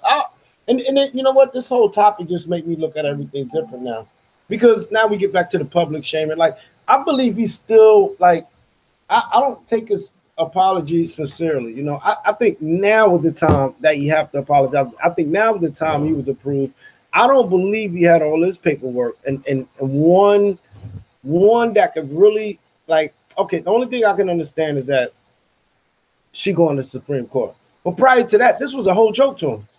This whole thing was a joke. So I can't believe that he had all this. That's public information on top of it. So why he ain't been put that out there instead of skirting around, saying indirect things? He literally apologized to the female this time. Sincere. That's because, yeah. So what I'm saying is he didn't do it till people pressured him to do it. That's why it took him so long. People had to pressure him into doing it. I don't think people pressured him. I think somebody in the higher power was just waiting for the right time and say, okay, now you can release that paper. Now I'll get you that paper. Because he had enough pressure with getting fired from with that petition. He had enough pressure with people calling the show. He had enough pressure with everybody putting this on YouTube. He had more than enough pressure. So I don't know who could have pressured him to say, look, release the paper. Anybody technically could have got that paper. Anybody could have got it. It's public information again. So yeah, there's a lot of people that's invested in Charlemagne. Charlemagne is going to be the new face of the Talented 10. Politics. So he is going to be the new Sidney Poitier, the new Harry Belafonte for our generation for the next 40, 50 years if he plays his cards right. So this reminds me of the whole T.I. situation when he got popped for the guns. Now you know damn well can't no convicted felon get probation for not only having suppressors but fully automatic weapons. So favors are old, and we'll see down the road how big those favors were for Charlemagne to walk away from this. But let me ask you a question, Slide. I'm gonna go to Drea. Did we really, as content creators and everybody just that was sharing this information, did we really not have an impact at all, or was it somebody behind the scenes that had power that said, "Hey, look, this is what it is"? At the end of the day, they pulled the strings for him. It's good that we raised awareness, right? But you even had content creators getting mad at Star for going after Charlemagne when that wasn't Star's intention. Star just, this is the same Star that broke the Bambaataa story. So how do we go from praising Star for talking about pedophiles to all of a sudden he's a bad guy for trying to expose Charlemagne? Like, no, Star just does what he does. Like he has his purpose, but good brother. Let me jump on this one right quick. Now, yeah. I agree with like the way he brought it out. You know what I mean? And a lot of people was hating, talking about why you bringing this old stuff. Even the Booski 100 dude, sit down. Star was just interviewing the female. He made sure he cleared this up. He said, "Look, did I make you do it by my bad? Am I paying for it? Nope, or whatever. I'm just putting this out there." It is kind of suspect to bring this up so old, but I'm gonna tell you one history Star got with. The way I looked at it is Star had a problem with I forgot the name of the radio station, and they took him to court before. So like if anything, I could see Star taking a shot at the radio and saying this guy's the biggest guy, so let me take this guy out. This is gonna take the radio station down, because if he leaves, Charlemagne leave, that Breakfast Club is over. It's a fact. They dry as hell without him. But he had a problem. What's the name of the radio station again? Power 105, Breakfast Club. Nah, the owner. iHeartMedia? Right. He went to war with iHeartMedia before. So I could see Star going to war with iHeartMedia now, saying, let me take out the dude. You know what I mean? He said they spent $2 million on him. $2 million. They did too. They did. That was facts. Well, damn, Jay, how you feel about it? I don't know we already touched on it, but this is the last point, and we're gonna go on to the last point, and we're gonna be out. But is it ever acceptable for a 22-year-old to be hanging out with a 15-year-old? It's a lot of sympathizers out there for him, from a female aspect. I don't even know what a 22-year-old and a 15-year-old would have in common to be hanging out or in the same. Unless it's like a mentor mentee thing, there's really no reason, that should even, a 22-year-old man shouldn't even be hanging out with a 15-year-old child unless it was for that reason. And even then, and in the same vein of mentorship, usually they would pair that 15-year-old with a a 22-year-old female. Like I said, there's nothing a 22-year-old man and a 15-year-old girl have in common for them to even be around each other. That's a fact. That's a fact, and I appreciate your insight. So shit, we gonna get into this. It's gonna be the last topic. Um, but real quick, Sly, you still fasting? Nah, bro, I broke it. I broke it 9 days, so I'm gonna go back and do another one starting tomorrow for another 5 days, and Wow. we'll just take it from there. You went 9 whole days without eating food. Honestly, it wasn't bad. I just got to the point where it's like fuck it, I'm just gonna eat. I wasn't hungry. Once you can deal with the moderate hunger pains and the slight hunger headaches, that's like those first 4 days. After that, it's pretty much a breeze. To be honest with you, yeah. That's something I could never do. I admire people who do that. I couldn't do it. You know the good thing about for me, health wise, I couldn't do it. That would be dangerous for me to fast. but that's deep, good brother. I did it one time, but the good thing about it is that it definitely flushes out from your body. So a Yeah. lot of times it's not what you eat. A lot of people try to think of good things to eat, and they don't even know half of the food to eat. They think they eat something that's good without reading the ingredients. But I think I heard Dr. Sebi said one time, it's not basically what you eat, it's what you don't eat that's actually can cure sickness, illnesses, give you more energy. Hey, you went 9 days too? Yeah. Congratulations. It was crazy because like day 7, the cravings were like just I was wanting stupid foods like shit I never eaten before, and I'm like those are parasites, number of parasites, and like I just had to ignore them, and so yeah, I got through it.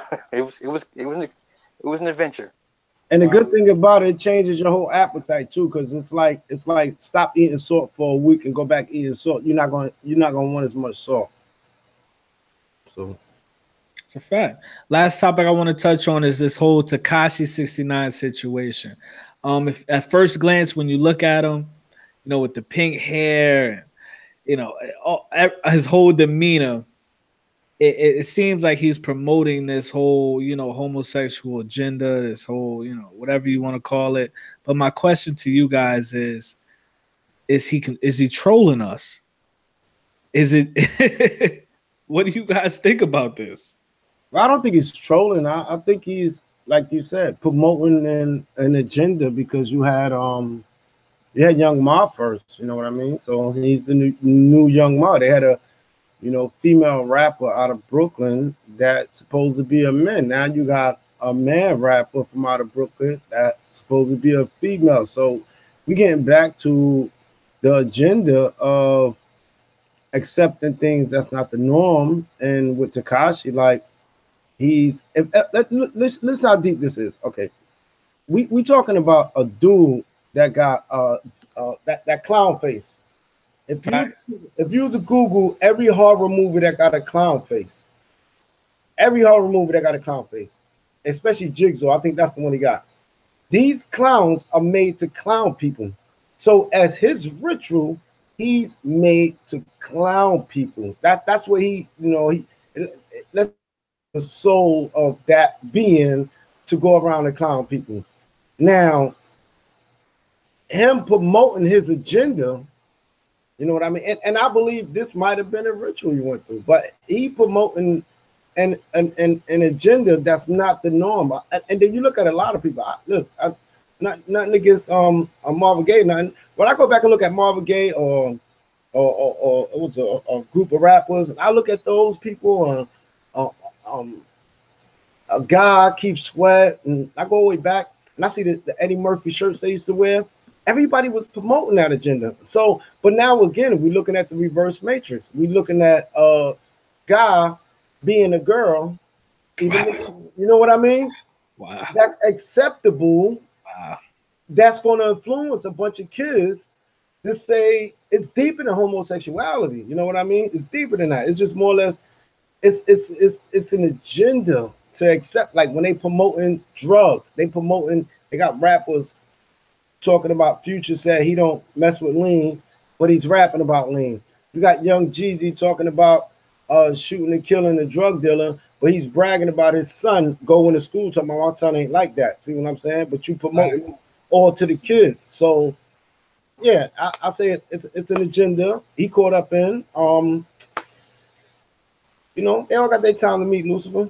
Yeah, that's all I'm gonna say. But Matt, let me ask you a question. How did they intertwine and convince everybody that this kid is a gangster, meanwhile sporting rainbow hair, and a lot of his if you look at his body language, it's very feminine. It's because he's not. I mean, essentially what we're seeing is everyone is fighting for attention. And so he's doing whatever it takes to get the attention, whether it's good or bad, it doesn't matter. And when people give him attention for wrong things, that's just teaching him that not only is it okay because he's being rewarded for it, that he should just keep doing it. So as long as he's getting attention, yeah, I don't know. Like I even just think about the state of music right now, where record companies are now just signing people that have a bunch of followers. It's not even about music; it's just about attention. And then they like they were saying earlier, picking agendas. A lot of these agendas are based on keeping people, the public, stupid, keeping them down so they can have control over them. That's a fact. It's frustrating. I'm gonna be honest. it's frustrating to see. I'm like, please, like honestly, I don't know if us even talking about it helps, because I feel like, well, shit, now we're giving him attention more. So it's almost like the stuff we don't agree with, you almost can't even talk on it because now we're promoting them, and that's what they want. That's a fact. Sly, I know you have a daughter yourself. Do you think that, no, I'm not aware if your daughter listens to Tekashi or not, She but better not. do you think that he's truly having an effect on this younger generation as far as the children, or you think they playing along with him? You think it goes in one ear and out the other? Oh no, they're definitely he's having an effect now, because nowadays with the kids, you hear the terms gender fluidity, sexual fluidity. They don't even differentiate between the sexes. They don't even consider themselves bisexual. They just be like, it's whatever. A lot of these kids don't consider themselves. They don't, the terms that we would give them, bisexual, homosexual, they don't even use those terms. They don't even consider themselves like that. And then, like the good brother said, the whole androgyny thing, that thing goes back to Little Richard, Elton John, Freddie Mercury from Queen, Annie Lennox from Eurythmics, Boy George. So they've always been pushing those boundaries with the androgyny look, between, crossing between the look between a man and a woman. And I will say that I'm glad that we kind of didn't fall for the Young and May thing. Like, she was hot for a split second. I forgot people existed. Right, but then people was like, wait a minute, nah, we ain't ready for all this. I mean, they tried it before. MC Light, the Brat, Latifah to a certain extent, but not like that. Like, niggas was like, no, we ain't rocking with this shit, man. Word. Young and May fell off the face of the earth, but I did see Young and May on they coming out with another basketball movie, She Got Game or some shit like that. Oh my gosh. Yes. Is it He Got Game, but all female. Yeah, here's another thing about Tekashi. He just made a statement recently where he was like, I can't even, how many kids want to buy cereals, or if I wanted to do a kids cartoon, I can't even buy it because of what he was accused of. See what I mean? That's what they was aiming him for. But now, you know what I mean? They put, as you said, they put him out there for the. He's upset that he can't reach the 11 and 12 years old. He wants to reach the 11 and 12 years old. If I rap, I'm trying to reach hypothetically 25 and older. There's a genre of a genre for anybody. So if somebody 40 years old, they rapping, then rap to the people that's 40 and 60 years old. They catch on. If you're 11, rap to the people who talk about toys. If you're 20 something, then you should be rapping about school and getting money. If you're 30 something, you should be rapping about marriage or whatever. He's mad that he can't reach these 11 and 12 years old now. See what I mean? And it's made the hip hop, generation, when they create these people, they be before like 10, 15 years ago, they would target the 15 to 14. They are targeting the 11 and 12 years old now. That's what I get from him. They targeting the 11 and 12 years old. So when you hear these kids listening to, and then the mothers approve, or the, even I'm gonna just say parents approve of it. This systematically goes into their head, and it creates it creates a different person in those kids. Because they be thinking, I need to get a gun, or I could be gay. What's wrong with me kissing the girl? What's wrong with me wearing these color hair and being gangsters? Look at Young Thug. That reminds me of Gangstalicious too, from the Boondocks. I can't see those dudes as gangsters. I can't see Young Thug or all these new age guys as I cannot. I'm a Style P type gangster. Oh shit! I can't see that. I'm looking at them like I'm not arguing with these dudes. I would literally just slap them and tell them move on or whatever. And, this dude's on my he'll pull out the what are you talking about? That's Young Thug. See what I'm saying? So you got this guy, like you said, look at his pose when he take pictures. Very feminine. Very feminine. But they got him talking gangster, rapping on some real Brooklyn rap. That's so somebody behind put the music there, they put the fingernail polish on them, and then they just gave them these hardcore block beats, and they just said, because like you said, Young May fell off the face of the earth ASAP. That's a fact. Even Nicki Minaj was one of them with her Barbie fans. You go back to her, she just got, now you got Little Kim, you got Foxy. They was always talking about getting they blank eaten, you know what I mean, or whatever. If you go back way before, you got Queen Latifah. That's a fact. And Dre, I want to go to you. Lastly but not least, according to John Hardy, you're gonna be, you might fuck around and be a mother soon by the end of the year, according to your astrological reading from Mr. John Hardy. And my question to you is, if you were to have an offspring, the situation is, do you completely keep your children away from this music and these artists, or how do you prevent social media from raising your children? First of all, what John Hardy said is not gonna actually happen. Graham, I just had somebody told me. I told them in April. I told somebody in April they was pregnant. They confirmed it today. They was pregnant. Jesus. Well, this is gonna be that one exception that where you're gonna be wrong. Because first of all, you have to have sex to get pregnant, but that's another story for another stream. Definitely another story. But to answer the question, I mean, hypothetically, if I was a mother and I had, children, little boy, little girl, whatever, I guess, like I said before, you really can't shield your children from everything out there in the world. There's gonna be outside influences, so you can't really protect them from everything or keep everything hidden from them. They're gonna find out one way or another. I mean, unless you homeschool your children, they're still gonna find a way to listen to whatever music. They're gonna discover it in one way. The only thing I can do is provide, guidance, understanding. I personally don't listen to this Tekashi person, but if my child came up to me and said, "Hey, mom, listen to this," and I don't like this mess, okay, I'm gonna say, okay, yeah, we're not gonna play that in my house. I don't know what what you do outside of my house. I mean, if you listen to it somewhere else, okay, but in here, we're not gonna play this. I could try to be understanding and try to listen to it and see what kind of enjoyment they get out of it. But You know, like I said, you can't protect your kids from everything. All you can do is kind of like provide them with the blueprint. You can try to guide them, and hopefully they listen to you.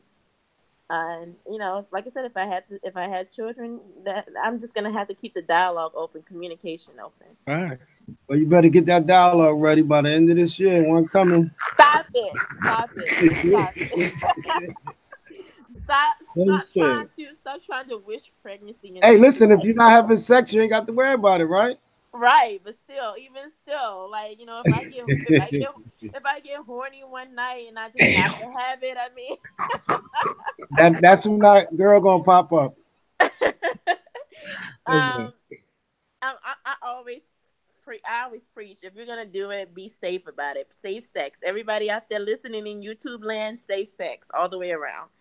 But like I said, you know, don't wish that on me. Listen, family. I want to thank all of you, Dre from the Bay, Super Slide 75, John Hardy, MAT Matt. I want to just truly say genuinely, like I said off air, I'll say it on air. I appreciate all of you guys, and you know, all of you kings and queens are enlightened souls and spirits. And you know, when I looked for that enlightenment, when I look for that knowledge, you know, I reach out to you guys, man, and like I said, this is it for me, man. You know, I feel like I made nigga, we made it. That's me right now. I feel like I made it right now, just being able to reach out to you guys and talk to you guys. So we're gonna go down the road. Drea, tell them where to find you at, Queen. Well, I'm usually on Twitter, and I can be found at Indelible D, capital D. So that's where you can find me. Not nowhere else. I'm kind of exclusive like that. So just holler at me on Twitter. There we go. Super Slide, tell them where to find you, sir. I mean, they already Just know where to find you, but shit, fuck it. yeah, just find me on YouTube, man. Super Slot 75. Big facts. John Hardy, sir, where can they find you? Yeah, you can find me on Facebook, facebook.com/King John 2020. MAT, let's go. You can find me on Twitter. That's MAT_YOU. Big facts. Real Rap episode 6. I appreciate everybody coming through.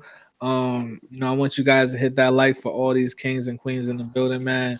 Only you can get this, you know, this type of content on Low Key T Live. I want to clap it up for all of y'all, man. I got a quick question. What's good?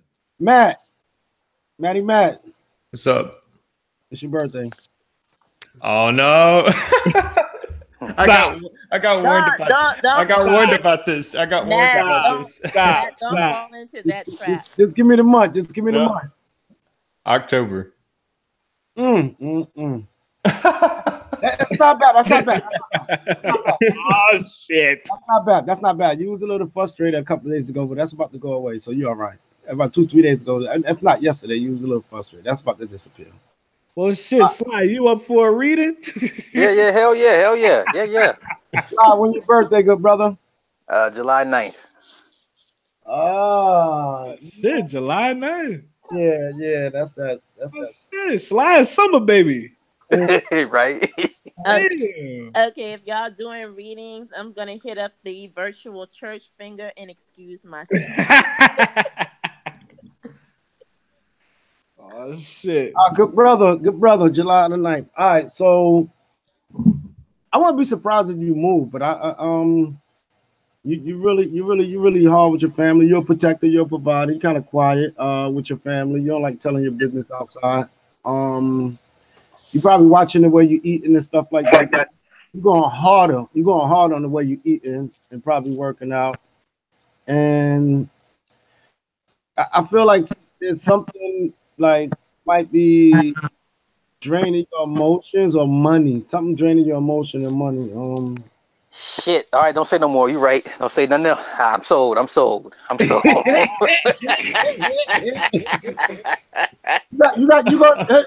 You gonna have a lot of family hitting you up. Like you might ain't speak to in a minute if they ain't hit you up already. So get ready for that. I'm impressed. Watch out for your stomach issues. Oh shit. Stomach issues. I can see y'all got those stomach issues, Mr. Hardy. Huh? I I said, I said you talking about the stomach issues again. I guess a lot of us on this panel got those stomach issues. Nah, Matt don't got no stomach issues. and I ain't got no stomach issues. I don't have no stomach issues either, but that's just like the pregnancy, that's what he put out there. That might be your stomach issues. No, it's not. Oh my goodness. Hey, so do you need to know the month? Look, I was just in the hospital a few weeks ago. They did, I guess, was a routine pregnancy test, and it confirmed I am not pregnant. Okay. You and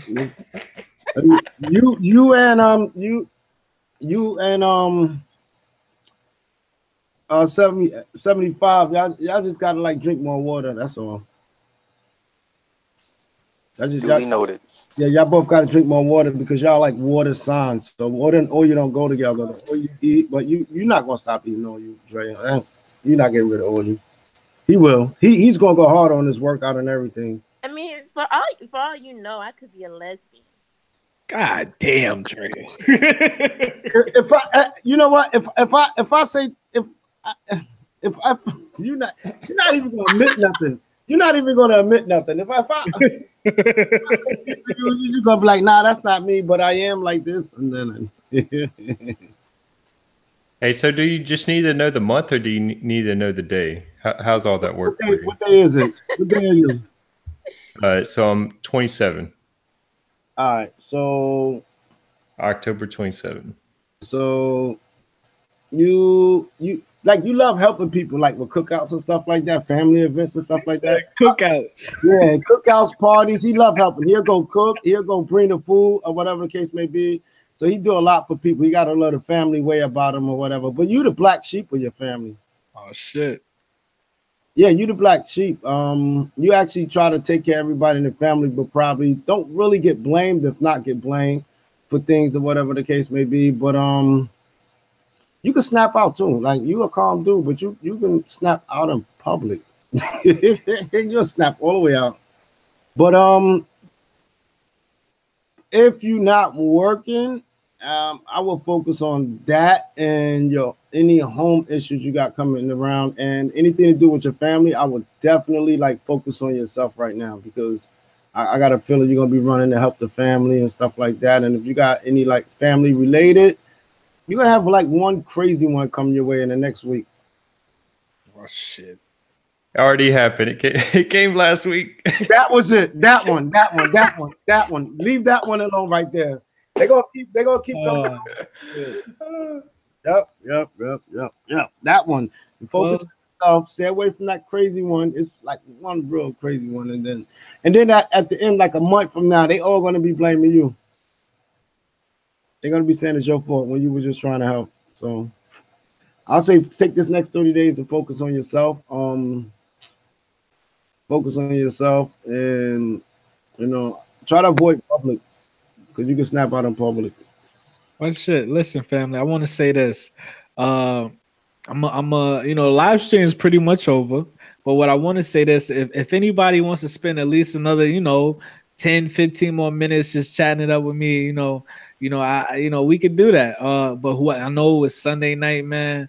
Shit, I know it's 11:30 on the East Coast. If y'all guys got to get up and go to work, man, salute to you, man. I definitely appreciate everybody that came through. But if y'all want to chill out with me for a little bit more and we can just talk about some real shit, man, I'm down for that too. But if you got some shit to do, man, salute to y'all, man. And you know what I'm saying? Do what you got to do, family.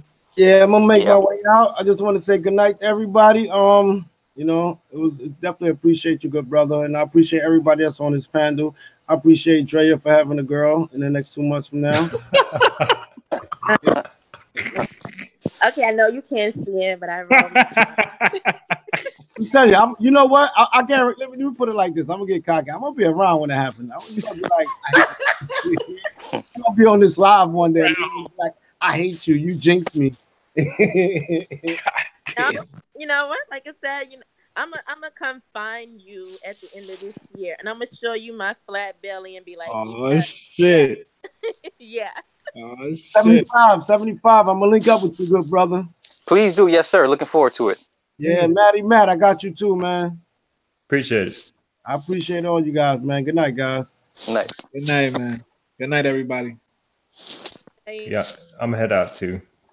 All right, good night. Yeah, I'm You gonna get out. Yeah, I gotta go be dad. You know how that is. So, but no, brother, thank you. I look forward to doing this again with you. So, just hit me up whenever, and I'm there. Yeah, I just want to say I hope you enjoyed yourself, man. I tried. I tried. I'm not the best moderator, but I tried. I tried, sir. No, as long as you get it in, that's all that matters, man. It's a fact, man. Be safe out there, man. I Yes, appreciate sir. You too. Salute. Peace. All right, y'all. Real Rap episode 6. It's low key. I appreciate everybody in the building. I love all of y'all and shit.